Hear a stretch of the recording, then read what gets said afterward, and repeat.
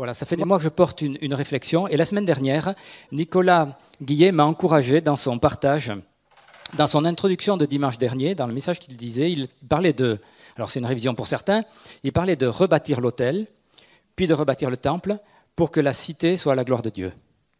Néhémie rebâtit l'autel en premier, et ça parle de l'adoration. Je dirais que c'est notre service, et seuls les chrétiens peuvent réellement adorer Dieu en esprit et en vérité.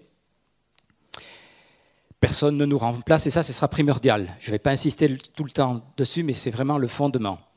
Et puis ensuite, le temple, qui parle du peuple de Dieu, d'une génération qui est enthousiaste pour le Seigneur, et enfin, de la cité. Et moi, je veux parler de la cité. Et ce que je veux faire, c'est un plaidoyer pour ma ville. Un plaidoyer pour ma ville. Alors, ma ville, quand je dis ma ville, bien sûr, c'est ma ville et mon agglomération, c'est Toulouse. Et si vous n'êtes pas toulousain, eh bien, ce que je vais dire, appliquez-le à votre ville, que vous habitiez Muret ou beaucoup plus loin. Ce que je veux peut dire par rapport à ma ville, vous pouvez vous l'appliquer aussi à votre ville, c'est la même réalité. Et je me suis dit, il y a peut-être quelques personnes qui ont un appel pour vivre à l'écart, isolés, dans la campagne. Eh bien, c'est vrai pour votre campagne aussi. D'accord ? Voilà, il y a juste quelques images que je projetterai tout à l'heure, si on y arrive en tout cas. Depuis des semaines et des mois, chaque fois qu'on entend parler des villes ou de notre pays, ce n'est pas tellement en bien, c'est souvent en mal.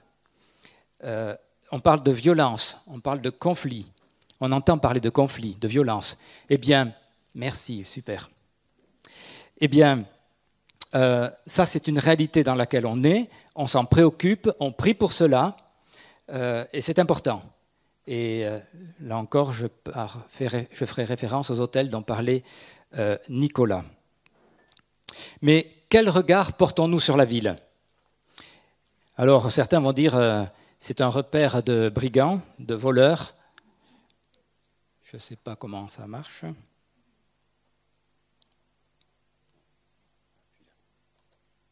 Voilà, merci. Un repère de brigands, de voleurs, ou bien une opportunité pour témoigner, ou bien il y a des gens à convertir à tout prix. Bon, oui, mais enfin c'est bien plus que cela, et moi je ne vais pas en parler du tout dans ce sens-là. Moi je n'oublie pas les gens. Quand je pense à la ville, je pense aux gens, à la création de Dieu, les personnes. Alors bien sûr, dans ma ville, il y a des bons et des méchants, il y a des croyants et des mécréants, évidemment, mécréants qui croient mal. Mais bon, la ville, pour moi, c'est loin d'être anonyme. La ville, c'est presque une personne. Et je voudrais, dans un premier temps, parler de plusieurs villes. Comment Dieu voit les villes ? Comment la Bible en parle ? Elles ont du bon et du moins bon. J'ai pris quelques extrêmes, et c'est volontaire, donc je vais tirer peut-être un peu loin, mais en même temps c'est volontaire, parce qu'au travers des villes, et des villes que je vais prendre, on peut percevoir quelque chose du cœur de Dieu, de la volonté de Dieu, pour nous aujourd'hui. Mais je vais commencer par Babylone. Voilà, Babylone, dans le mauvais sens, voilà. Babylone. Babylone, c'est le symbole de la rébellion contre Dieu, après le déluge, c'est le lieu de déportation des Hébreux en 600 avant Jésus-Christ à peu près, à cause de leurs péchés, c'est appelé la mère des abominations. Enfin, vraiment, quand on parle de Babylone dans la Bible, c'est tout ce qu'il y a de négatif et de mauvais. La rébellion contre Dieu, les impudiques, les abominables. L'Apocalypse en parle comme ça d'ailleurs. Babylone. Seulement voilà, Dieu parle de Babylone aussi en d'autres termes, pas simplement ces mots-là. Quand on lit dans le prophète Jérémie, chapitre 29 et verset 7, Dieu parle à Jérémie et lui dit « Recherchez le bien de la ville où je vous ai mené en captivité et priez l'Éternel en sa faveur. Priez parce que votre bonheur dépend du sien. » Et ils étaient à Babylone. Cherchez le bien de cette ville étrangère, abominable, sanguinaire, affreuse. On voudrait vomir quand on parle de Babylone. En tout cas, c'était la pensée, l'état d'esprit dans lequel étaient les Juifs. Eh bien, Dieu dit, cherchez le bien de cette ville. Eh oui. votre bonheur dépend du sien. Alors si on le regarde simplement comme ça peut paraître égoïste. J'ai envie d'être bien, donc je vais chercher le bien de ma ville, comme ça moi je serai bien. Ça va beaucoup plus loin que ça. Parce que le destin des habitants est lié. Que ce soit des bons ou des moins bons, des croyants ou des non-croyants. On est tous liés par le destin de notre ville. Et les Juifs étaient dans cette ville. Et Dieu leur dit, mais cherchez le bien. Les Juifs étaient là pleinement participants du destin de cette ville. Et en cherchant à y faire du bien, eh bien, les habitants en seraient bénis, mais eux aussi. Et ils pouvaient apporter la justice, ils pouvaient apporter quelque chose. En tout cas, Dieu leur dit, cherchez le bien. Ça ne semble pas gêner Dieu qu'on cherche le bien d'une ville qui ne le mériterait pas. Alors je parle de la ville comme si c'était une personne. Mais la ville, ce sont des habitants. Sauf que la Bible, souvent, personnalise les villes. On parle de Babylone. Que les croyants, que les non-croyants plutôt, soient bénis par les croyants, eh bien c'est bien. Deuxième ville. Sodome et Gomorrhe. Il y en a deux là, mais enfin bon, Sodome et Gomorrhe. Je vous ai dit, j'ai pris des extrêmes. Bon, je ne sais pas si c'est une photo de Sodome et Gomorrhe sous les cailloux, mais ce n'est pas grave. Des villes détruites par le feu à cause de leurs péchés. Vous en connaissez d'autres villes qui ont été détruites comme ça? Ah oui, j'espère. Les deux petits villages à côté de Seboïm et Adma. Bon. Oui, Jésus en a parlé. Voilà. Des villes détruites par le feu à cause de leurs péchés. C'est quand même radical. Et quand il est question du péché, Dieu est radical. Le péché, on ne plaisante pas avec. Le péché de Sodome, de Gomorrhe, c'était une réalité. C'était celui des habitants, bien sûr. Ce n'était pas la ville en tant que telle, c'était les habitants. Et Dieu a jugé cette ville-là à cause du péché des habitants. Mais, qu'en dit Jésus? C'est ça qui m'a interpellé. Dans Matthieu 11, Matthieu rapporte les paroles de Jésus, et je vous le lis. « Toi, Capernaum, seras-tu élevé jusqu'au ciel? Non. Tu seras abaissé jusqu'au séjour des morts, car si les miracles qui ont été faits au milieu de toi avaient été faits dans Sodome, elles subsisteraient encore aujourd'hui. » Jésus est en train de dire que ces villes, que Sodome aurait pu se repentir en tant que ville. Elles auraient pu le faire. Elles ne l'ont pas fait, mais elles auraient pu se repentir. Et pour moi, ça parle de l'espoir. Même quand c'est fichu, quand il n'y a plus rien de bon, Dieu lui voit quelque chose où il y a encore de l'espoir. Le péché a été jugé, ça c'est vrai, mais les villes auraient pu changer. Et ça me parle d'un Dieu qui garde espoir, un Dieu qui ne baisse pas les bras. Il dit la vie peut triompher encore, la vie est encore possible. Lorsque tout semble fini, Dieu ne dit pas c'est fini. Quand on pense à Sodome et Gomorrhe, franchement, il valait mieux les éradiquer. Et pourtant, si les miracles avaient été là, Jésus lui-même dit, ces villes subsisteraient, elles auraient pu se repentir. Alors une autre ville un peu mieux, un peu plus, assez différente, c'est Jérusalem. Alors Jérusalem, c'est une ville un peu spéciale, parce qu'il y a à la fois du terrestre et du céleste, du divin en elle. Elle est appelée la ville du grand roi. Mais sans faire de politique ou sans faire de parti pris, Jérusalem aujourd'hui, il y a une telle contestation, il y a un tel défi sur cette ville qu'elle nous montre qu'elle est spéciale. Tout le pays est spécial, tout Israël, mais la ville encore plus. Quel est le pays dont on entend parler le plus en France, hormis la France? C'est Israël. Il y a quelques années, un petit peu moins maintenant, il y a quelques années, ça ne passait pas 2 ou 3 jours pour qu'à la radio ou à la télévision, on entende parler d'Israël ou de Jérusalem, etc.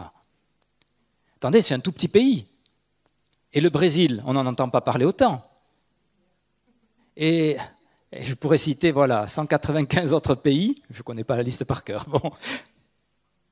C'est un tout petit pays, mais il y a un tel combat spirituel, il y a un tel défi, un tel enjeu, qu'on en entend parler et qu'il y a même dernièrement un vote, mais honteux, à l'UNESCO. Et malheureusement, la France a voté cette résolution-là.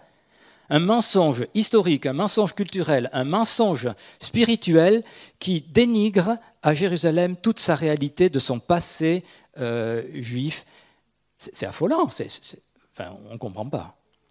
Et d'ailleurs, plusieurs œuvres, plusieurs églises ont écrit au président de la République, ont écrit à l'UNESCO pour dire mais c'est honteux. Enfin, pas avec ces termes-là, on ne va pas prendre ces termes-là pour parler à M. Hollande, mais quand même, on peut lui faire remarquer que cette prise de position est complètement une aberration. Ésaïe prophétise sur cette ville en disant « On ne te nommera plus délaissé, on t'appellera mon plaisir en elle, on appellera ta terre épouse ». Dieu en prend soin jalousement. Mais si je parle de cette ville, c'est pour montrer que les combats pour une ville sont des combats spirituels et qu'il ne faut pas l'oublier. Et notre ville de Toulouse, votre ville, il y a aussi des combats spirituels, il ne faut pas l'oublier. On ne voit pas, et il ne faut pas s'arrêter à voir simplement l'humain. Quand il y a de la contestation, quand il y a de la violence, ce n'est pas simplement le humain, mais il y a aussi derrière des choses spirituelles qu'il faut prendre en compte. Une quatrième ville, j'en ai pris 4, Ninive. Alors je ne suis pas sûr que ma photo soit d'époque, mais bon. Voilà. Une ville condamnée par Dieu, sauvée par Dieu. Ninive. Vous connaissez tous le livre de Jonas et l'histoire de Jonas, donc je n'y reviens pas, mais le message initial était « Tu vas aller dire à Ninive qu'elle va être détruite parce que sa méchanceté est grande », et Jonas le prend au pied de la lettre. Et le message de Dieu est différent. Dieu a compassion de cette ville. Dieu a pitié des habitants, il a compassion.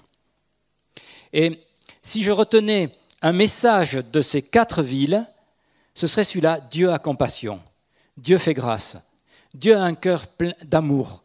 Il est le Dieu créateur, il a créé les habitants, et ce n'est pas pour les détruire comme ça d'un rien. Dieu rejette le péché, ça on le sait, c'est une évidence. Mais par rapport aux habitants, Dieu fait grâce, il veut faire grâce. Et on le sait tous, et je peux rappeler le verset le plus connu de la Bible et peut-être le plus cité, et en tout cas le plus traduit, Jean chapitre 3, verset 16. J'ai un petit bouquin comme ça, je ne l'ai pas à la maison, mais j'ai un petit bouquin comme ça, où c'est traduit en 130 langues, je crois. Ce verset, « Dieu a tant aimé le monde ». Dieu aime. Dieu aime, Dieu est un Dieu d'amour. Et donc, quand on parle des villes, ne pensons pas péché, ne pensons pas idolâtrie, mais pensons Dieu a compassion, Dieu veut le salut, Dieu veut le bien des habitants. D'accord ? Alors maintenant, je vais parler d'un autre aspect dans les villes. Voilà, bon, ça c'est pour faire patienter. Et Jean-Louis, tu l'as dit un peu en introduction, c'est de parler du corps de Christ. Dans ma ville, le corps de Christ est grand. C'est l'ensemble des croyants en Jésus-Christ. Et bien sûr, ce qu'on appelle le corps de Christ, et que l'apôtre Paul appelle le corps de Christ, c'est l'ensemble de ceux qui confessent Jésus-Christ comme Seigneur. Et c'est bien plus grand que ce que je connais. Et surtout, il se trouve dans toutes sortes d'endroits. Il se trouve dans des églises, bien sûr, mais aussi au-delà. Moi, je suis protestant. Mais je sais qu'il y a des catholiques qui sont croyants et qui font partie du corps de Christ, qu'il y a des orthodoxes, qu'il y a des anglicans. Même il y a des gens qui étaient dans toute autre sorte de croyance ou de religion et qui ont rencontré Jésus comme Messie et qui ont abandonné leur fausse croyance pour se tourner vers le Messie. C'est cela le corps de Christ. C'est grand, c'est vaste. Et si je reste même simplement au niveau des protestants et des évangéliques sur notre agglomération, eh bien, il y a 70 églises qui existent à Toulouse et son agglomération. 70 dont je connais l'adresse. Donc il y en a quand même sûrement plus. Je ne connais pas tous les pasteurs, mais quand même un bon peu. La réalité que j'ai découverte au moment de ma conversion, c'est-à-dire il y a quand même maintenant plus de 40 ans, c'est que Dieu accueille que chacun de ceux qui sont croyants, quel que soit son arrière-plan. Là, c'était des catholiques et des protestants qui priaient ensemble, et ça m'a choqué, parce que j'étais un bon réformé. devrais dire un mauvais, mais enfin bon. J'ai été interpellé par des catholiques et des protestants qui priaient ensemble et qui adoraient Dieu ensemble. Et c'est entre autres ce qui m'a amené à la conversion. Dieu voit les cœurs, et ça c'est important. Dans Éphésiens 2, au verset 4, il est dit « Dieu est riche en miséricorde, et à cause du grand amour dont il nous a aimés, nous qui étions morts par nos offenses, par nos fautes, il nous a rendus à la vie avec Christ. Il nous a ressuscités ensemble et fait asseoir ensemble dans les lieux célestes, afin de montrer dans les siècles à venir la richesse surabondante de sa grâce par sa bonté envers nous en Jésus-Christ. » Il y a, selon les traductions, on peut dire une sagesse infiniment variée, une richesse surabondante comme là. Il y a une richesse de la grâce de Dieu qui se manifeste dans son peuple. Dieu est bien plus grand que ce que je connais, bien plus grand que ce que l'on connaît. Et une des compréhensions que j'ai de ce texte-là, ça s'applique aux églises. Chaque église porte en elle-même un petit bout de la révélation de Dieu. Et l'ensemble du corps de Christ, qui dépasse ce que je vois, est manifesté, entre autres, dans un certain nombre d'églises qui portent une partie, pour peu que chacune, bien sûr, soit fondée sur le Seigneur. Mais au niveau de la foi, au niveau de la sociologie, au niveau de l'expression, au niveau même de la théologie, eh bien, il y a quelque chose qui se complète. Et pour moi, le corps de Christ, et c'est un fondement, il est bien plus grand que ce que je vois et que ce que je connais. Il est bien plus grand que nous, bien entendu. Voilà comment moi je vois la ville aussi sur ce plan-là. Elle renferme une grande richesse du corps de Christ qui nous dépasse, qui me dépasse. Et donc elle est précieuse. Alors, c'est peut-être une longue introduction, mais j'en viens à des conséquences maintenant pour vous et pour moi. Et je parlerai de moi, mais je vais parler aussi de vous. Et je vais parler de l'évangélisation. Et si je veux parler de mon implication dans la ville, c'est à cause de ma vision de Dieu sur cette ville, ce que j'ai développé jusque-là. Je sais que Dieu a un peuple nombreux. Je vais parler de 2 engagements de ma vie dans cette ville, et ce n'est pas pour me glorifier, mais c'est juste comme exemple, et pour vous montrer comment on peut s'impliquer. Et je sais que ce qui me concerne ne vous concerne pas, mais chacun, vous avez aussi un domaine d'engagement. Et puis, je sais que vous ne me connaissez pas tous et peut-être que vous ne connaissez pas ces engagements. Il existe depuis à peu près une trentaine d'années sur Toulouse une pastorale toulousaine protestante et évangélique qui rassemble, on va dire, entre 20 et 30 pasteurs régulièrement. Et le but, c'est un but relationnel, fraternel, spirituel.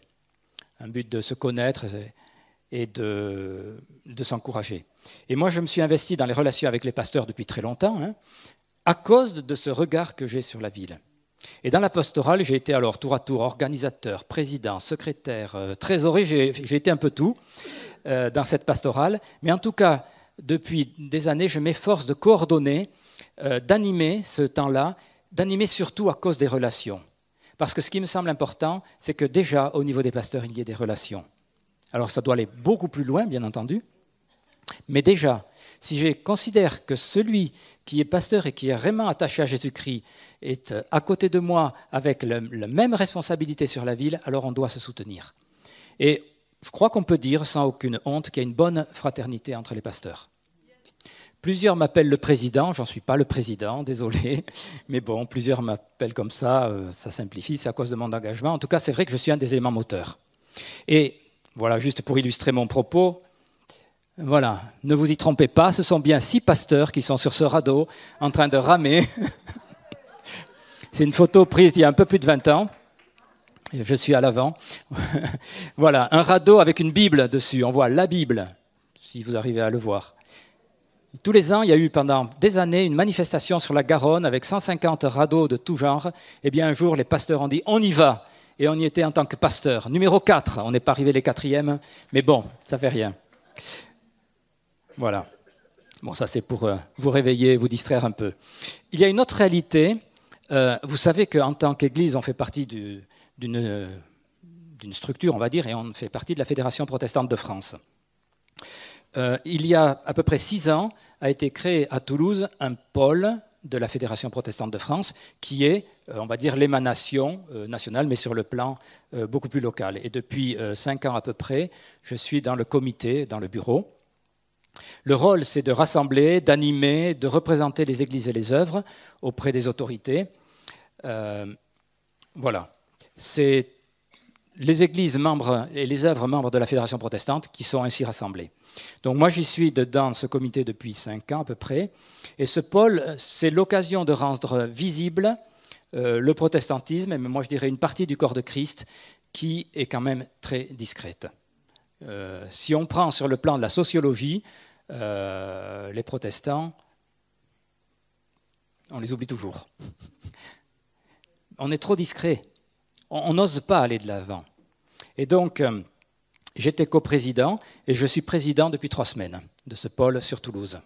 Voilà, on peut applaudir, merci. Pour moi, merci, j'ai pas payé ma fille, mais bon, c'est bien. Pour moi, c'est pas du tout honorifique, c'est une responsabilité. Mais en même temps, c'est la réalité de mon cœur pour cette ville. C'est la réalité de mon regard sur cette ville. Pour moi, je crois qu'il y a une autorité, il y a une voix, il y a à parler en faveur de la ville, bien sûr, mais aussi en faveur de tous ceux qui se tiennent là au nom de Jésus-Christ. Et pour moi, je le vis comme une opportunité pour influencer, pour rassembler. Et ce que j'ai communiqué depuis, je crois, quand même plusieurs décennies au niveau des pasteurs de la ville, je veux aussi le communiquer aux autorités, comme on dit, civiles et religieuses et militaires. Parce que je côtoie tout ce type de beau monde. Montrer le vrai visage des protestants, ça fait partie de mon appel et je crois de ce que Dieu me demande en ce moment. Alors,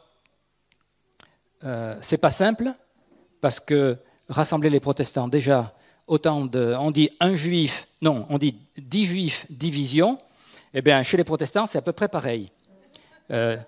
10 protestants, 10 visions. Ce n'est pas 10 visions en un seul mot, c'est 10, le chiffre 10. Oui, pareil pour les juifs, c'est 10 juifs, 10 visions. Voilà. Donc, ce n'est pas simple. Mais il y a aussi toute la dimension officielle qui n'est pas simple.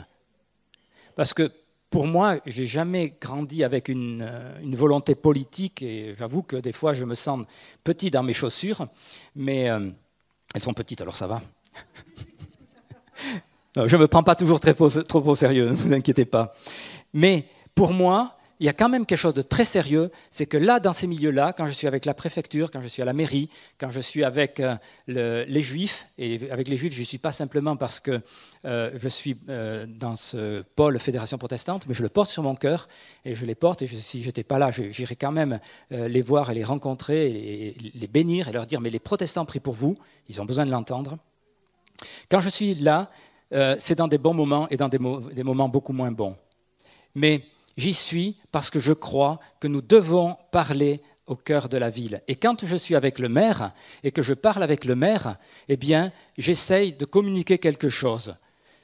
J'ai besoin d'être renouvelé, je vous demanderai de prier pour moi et j'insisterai tout à l'heure. Mais par exemple, un jour, c'était il y a à peu près 2 ans, c'était une cérémonie à l'honneur du 60e anniversaire de la création de l'État d'Israël et je discutais avec le maire. À ce moment-là, il y a un serveur qui lui apporte un verre de vin blanc et puis on parlait ensemble et lui il me le tend en disant « Tenez, vous avez la main vide, je vous le donne ». Et hop, et il est parti. Et voilà, je tiens le verre du monsieur le maire. Voilà, et c'est Martine Durand qui a pris cette photo par surprise. Merci Martine. Voilà. Il y a d'autres moments beaucoup moins réjouissants. Il y a quelques mois, eh bien, à la suite des attentats de Toulouse, eh bien, il y a eu la place du Capitole qui était noire de monde, et j'étais là aussi avec les autorités. Alors évidemment, entre le rabbin Matuzov et Jean-Paul Plat, on me voit moins bien, mais voilà, j'étais là aussi dans ces moments-là pour dire on est là, et on fait partie de la société, on fait partie de la ville, et on y est comme témoin. Au bout de la flèche, les cheveux gris, ce sont les miens. Oui, oui, vous pouvez vérifier. Voilà. Donc il y a Jean-Paul Plat que nous avions accueilli ici, c'est un ancien élu de la mairie, et puis à ma droite et à ma gauche, c'est le rabbin Matuzov avec son chapeau qui me cache. Voilà. Devant, il y a Martine Martinel qui est députée, etc., etc. Voilà.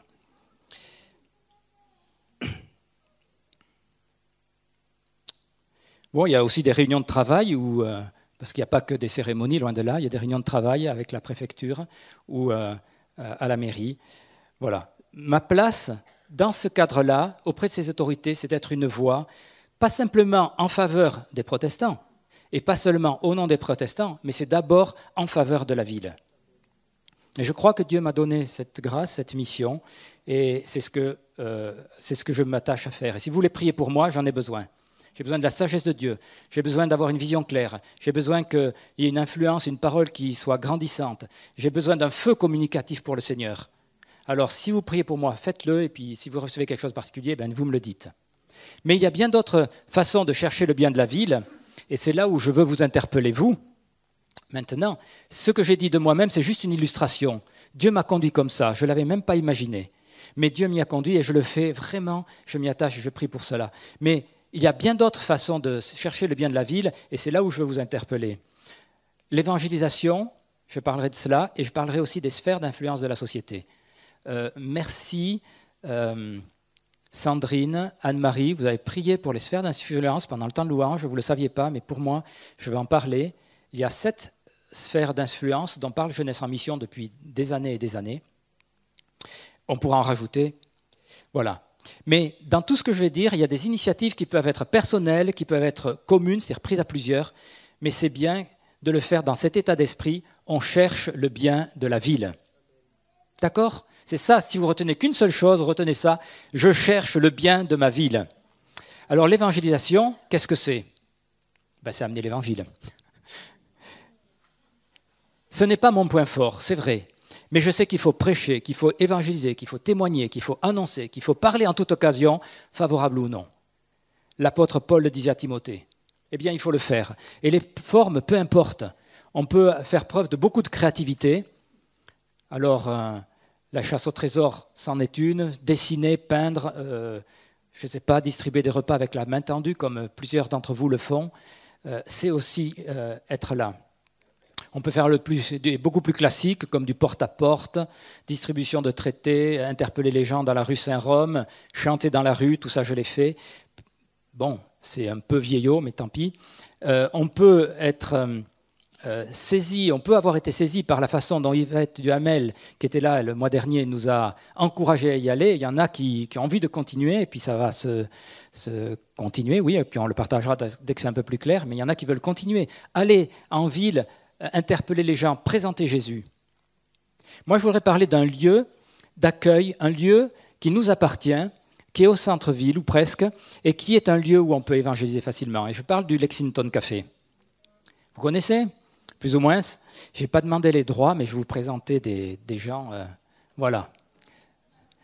Zach, qui est reparti aux États-Unis, mais qui a été missionnaire pendant un peu plus d'1 an ici avec nous, et puis Natacha. Vous connaissez donc, au bout du Pont-Neuf, j'espère que vous y êtes allés, c'est un espace qui est ouvert pour être un lieu de paix, un café, oui, c'est quand même un café, un lieu de paix, un lieu de prière, autant qu'un commerce. Et le but de ce lieu, c'est de l'utiliser. En invitant quelqu'un, en l'envoyant là-bas, en disant « vous trouverez des gens qui pourront vous parler ». Des fois, quand on est timide, on ne sait pas que dire, on dit « allez-y, allez-y ».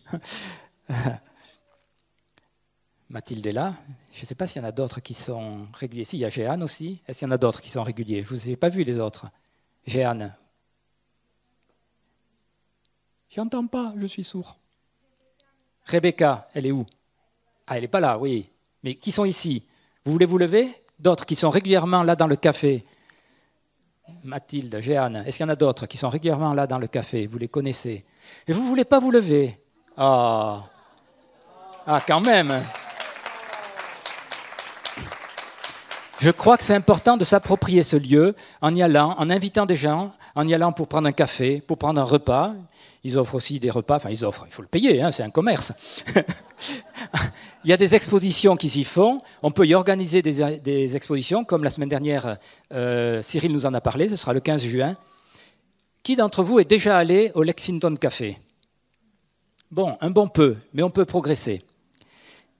Je crois que c'est bien d'utiliser. C'est un lieu qui est mis à notre disposition et dans lequel on peut aussi évangéliser. Eh bien, voilà, on peut l'utiliser. Sans modération, voilà. Merci Pierre. Je vais en venir au niveau des sphères d'influence et à la fin on priera avec cette pensée-là. Ce sont des domaines dans lesquels vous êtes peut-être déjà actifs et probablement. Jeunesse en mission avait recensé 7 sphères d'influence. Ce sont des sphères qui nous influencent, mais aussi que l'on peut influencer, dans lesquelles on peut s'engager avec une mission qui est d'influencer ces lieux-là. Cherchez le bien. Cherchez le bien. Dans les institutions religieuses, je reviendrai un peu en détail, le gouvernement et la politique, le milieu de l'éducation, et je rajoute la santé, le monde des affaires, les arts et les loisirs, je rajoute aussi les sports, les médias et enfin la famille. Juste, si vous voulez vous lever quand vous êtes engagé dans un de ces domaines, ça nous donnera à tous ensemble un peu un regard de déjà où nous sommes. Alors, qui est dans les institutions religieuses? Je pense qu'il n'y en a pas beaucoup, mais enfin, voilà, très bien, bienvenue. Voilà, on est là. Très bien, voilà. Dans le gouvernement et la politique, qui est impliqué de près ou de loin? Très bien. Dans le monde de l'éducation et de la santé. Donc, c'est assez large. Oui. Dans le monde des affaires. Oui, très bien. Dans les arts, les loisirs et les sports. Voilà, il y en a, c'est très bien. Dans les médias. Ah, les médias, on est un peu faible. Bon. Et dans le milieu de la famille, dans le domaine de la famille, qui est impliqué? Pas en tant que parent, non. On est impliqué comme acteur. Oui, alors, et bonne fête aux mamans, on ne va pas les oublier, mais comme acteur dans le milieu de la famille. Voilà, il y en a quand même quelques-uns. J'y reviendrai tout à l'heure parce que je crois que c'est important de prier pour ces différentes sphères, pour ces différents lieux dans lesquels on peut être engagé, pour chercher le bien de notre ville. Parce que c'est ça, si je suis dans tel ou tel domaine, je ne suis pas simplement comme spectateur. Et si c'était le cas, je peux changer et devenir acteur. Acteur en priant, acteur en cherchant le bien, acteur en influençant. Ce que j'ai dit de ma part auprès des autorités, mais vous pouvez faire exactement la même chose dans les différents milieux où vous êtes.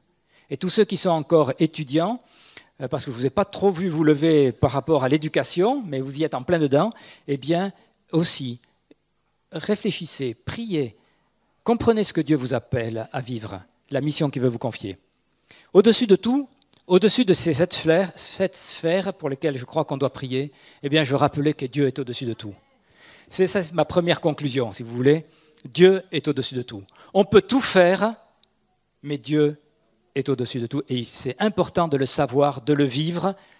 La croix est une puissance pour le salut, mais la croix est une puissance pour toute notre vie. Et on ne peut pas s'engager dans la ville, s'engager pour chercher le bien d'une ville ou des personnes en oubliant que Dieu est là. Réellement, je crois que c'est important de se rappeler Dieu est au-dessus de tout. J'ai parlé de la ville, en parlant de Jérusalem, j'ai parlé des conflits qu'il y a. Mais si on prenait simplement Toulouse, c'est pas mieux, hein. Il y a des conflits d'autorité au niveau spirituel. Hélas, en côtoyant quelques politiques, je me suis rendu compte que les francs-maçons sont très actifs, sont très présents et sont très actifs. C'est un conflit d'autorité et c'est un conflit spirituel.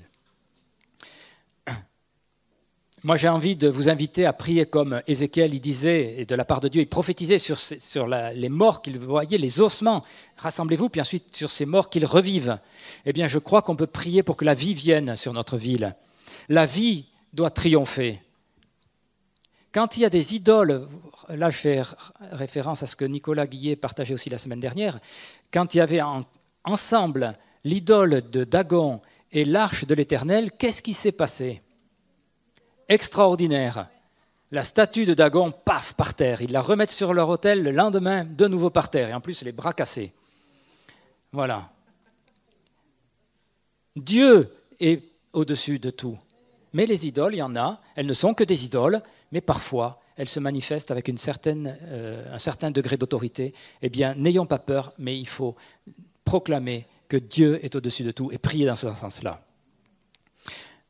Quand on prie, on parle parfois de combat spirituel. Nos armes ne sont pas du tout humaines, ce n'est pas contre les personnes, c'est réellement l'autorité que Jésus nous a donnée. L'autorité, Jésus a triomphé en tout temps. Alors je voudrais qu'on finisse ce temps de culte, si vous voulez bien, pour prier pour notre ville. Et je rappelle, si vous n'êtes pas de Toulouse, mais priez aussi de la même manière pour votre ville. Et je vous invite à vous mettre par quelques-uns ensemble et choisir un des cercles d'influence. Alors je vais les remettre. Oui, ça marche. Que l'on prenne un temps, on peut prendre 10 minutes, un quart d'heure, le temps que vous voulez pour prier pour notre ville et demander à Dieu le bien de notre ville. Vous vous mettez à quelques-uns ensemble et puis vous choisissez un de ces points, une de ces sphères d'influence. Pour les institutions religieuses, moi je dirais qu'il faut prier pour que les églises soient réveillées, pour qu'elles aient un véritable amour pour leur Seigneur, qu'il y ait des conversions, bien sûr, mais aussi qu'il y ait le véritable feu, l'amour de Dieu, l'amour de la parole de Dieu qui soit là. Au niveau de prier pour le gouvernement et la politique, je rappelle simplement que l'homme a eu un mandat pour administrer la terre. C'est le mandat qui a été donné à l'homme à la création. On a une responsabilité pour gérer, pour administrer. Et tout le gouvernement et la politique ont besoin d'être soutenus. Ils font, alors je suis gentil avec les politiques en général, donc je vais dire ils font ce qu'ils peuvent, mais c'est important de prier pour eux qu'il y ait des bons conseillers à côté d'eux. Pour le monde de l'éducation et de la santé, je crois qu'on a besoin de prier pour qu'il y ait des valeurs honnêtes, un respect de l'autre, de la dignité. Et de plus en plus, par l'intermédiaire de la santé, la valeur de l'homme est ciblée pour être détruite. Et ça, c'est pas bon. Le monde des affaires, je crois que c'est bon de soutenir toutes les initiatives, tout l'esprit d'entreprise. Et il y en a plusieurs qui se sont levés. C'est bien de prier pour eux, pour que dans ce monde-là aussi, ils passent devant et ils triomphent. N'oublions pas que c'est quand même le monde des affaires qui crée des emplois, et on se plaint beaucoup du manque d'emplois. Eh bien, c'est aussi au travers des entreprises personnelles ou des grosses entreprises qu'il y a de l'emploi. Pour les médias ont une très forte capacité. Non, j'ai sauté les arts et les loisirs et le sport, et c'est important, parce que c'est là où il y a les idoles, au sens de « je suis fan d'un tel ». Moi, mon chanteur, c'est une véritable idole, pour moi. Quand j'étais gamin, c'était Hugo Frey. Bon, d'accord, ça remonte un peu en arrière. Voilà. Si vous ne connaissez pas, c'est que vous êtes plus jeune que moi. Et, les chanteurs, les artistes ont une très forte, et même les joueurs, les sportifs, ont une très forte capacité à communiquer des modèles. Prions pour qu'il y ait des gens qui communiquent des bons modèles. Et puis donc, les médias. Oui, donc les médias, eh bien, ils ont une capacité extraordinaire à tout rendre lisse et uniforme. On a une seule façon de penser, on a un seul regard, mensonger la plupart du temps, mais on a un seul regard sur les événements. Donc, prions. Et enfin, la famille. J'ai lu il y a quelques jours quelque chose qui m'a horrifié. Enfin, à moitié, il faut que je m'explique quand même, au sujet de la famille. C'est la fête des mères. Alors, bonne fête à toutes les mamans. Mais il y a une institutrice qui a fait faire 2 cadeaux aux enfants de son élève pour que l'enfant n'ait pas à choisir entre ces 2 mamans. Alors, on peut le prendre comme on veut, mais c'est vrai que dans les familles recomposées, il y a parfois 2 mamans et c'est douloureux pour les enfants. Ça, ok, c'est positif. Mais n'oublions pas, tout ce qui se trame avec le mariage pour tous et tout ce qui est derrière, c'est réellement une déstructuration de la famille. Or, la famille est un des fondements que Dieu a créé, et la famille était là comme un fondement avant même la chute, dès la création. Dieu a créé l'homme et la femme, ne l'oublions pas. Donc voilà, je vous invite à vous mettre par quelques-uns et qu'on va prendre un temps pour prier pour un de ces domaines. Vous choisissez dans votre groupe pour quelle sphère d'influence vous voulez prier, peut-être quelque chose qui vous tient à cœur, et qu'on prenne un temps pour prier.